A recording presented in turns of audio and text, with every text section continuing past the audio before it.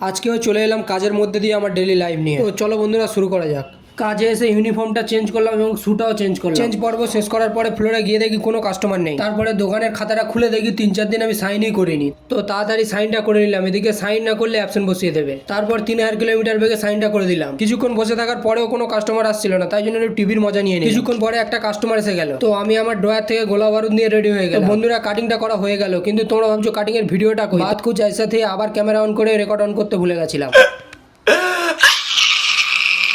এইসব করতে করতে সন্ধ্যা হয়ে গেল। আমি বাইরে একটু টিফিন খেতে চলে গেলাম। টিফিন নিতে চলে এলাম একটা মশলা মুড়ি দোকানে। একটু ছোলা আর বাদাম নিয়ে নিলাম। সবে ছোলা বাদামটা খাওয়া শুরু করলাম আর এপারেও একটা কাস্টমার চলে এসেছে। তো কাস্টমারের রিকোয়ারমেন্ট ছিল সুন্দর একটা হেয়ার কাট করে দিতে হবে। তো তারপরে আমার পছন্দের একটা ফেড হেয়ার কাট শুরু করে দিলাম। কাস্টমারকে ফেড হেয়ার কাট করে দিতে আমার খুবই মজা লাগে, কারণ ফেড হেয়ার কাটটা খুব স্টাইলিশ হয়। ফাইনালি বন্ধুরা কাটিংটা কেমন লাগছে তোমরা অবশ্যই কমেন্ট করে জানিও। আর এরকম আরো ভিডিও পেতে আমার চ্যানেলটিকে অবশ্যই সাবস্ক্রাইব করো। টাটা বন্ধুরা, পরে ভিডিও আবার আসছে, দেখা হবে, লাভ ইউ।